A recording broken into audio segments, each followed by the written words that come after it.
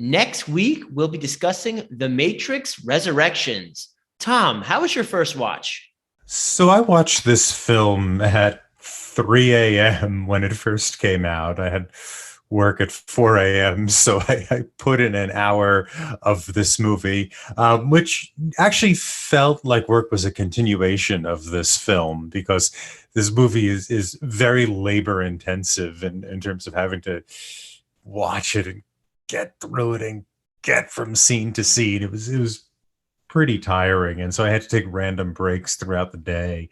But we did watch it, or I did watch it on its first release date on HBO Max, and what were my first impressions was I was pretty tired of watching this movie by the end. And typically for these episodes, I try to watch the movie twice in order to have a better understanding of the picture, in order to develop an idea or a reading of the movie that we can use.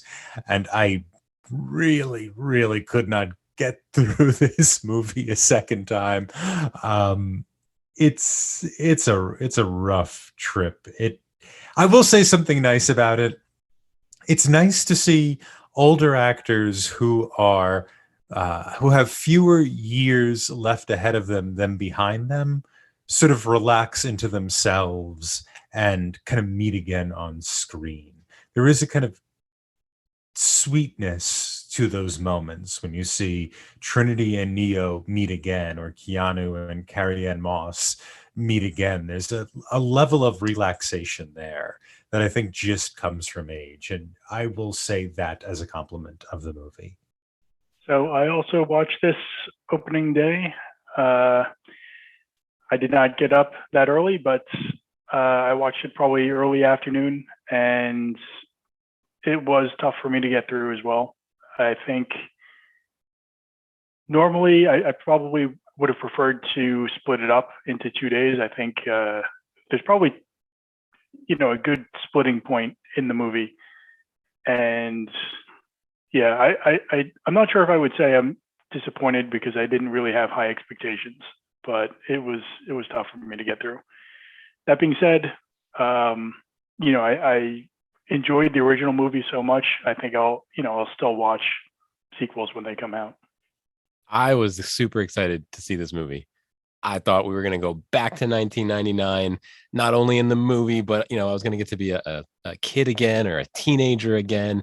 I just imagined being back in the theater with everybody. I don't know why I thought this was going to happen watching this on HBO, but I was really excited. I saw a few of the trailers of the teasers. They seemed fun enough.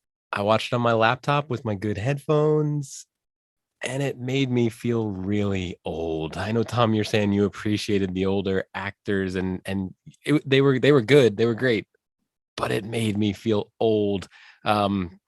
I guess we'll skip spoilers in case the audience is going to watch this before our release next week. But the movie made me feel old, very old. Just like everyone else, I watched this as soon as it was released the first day.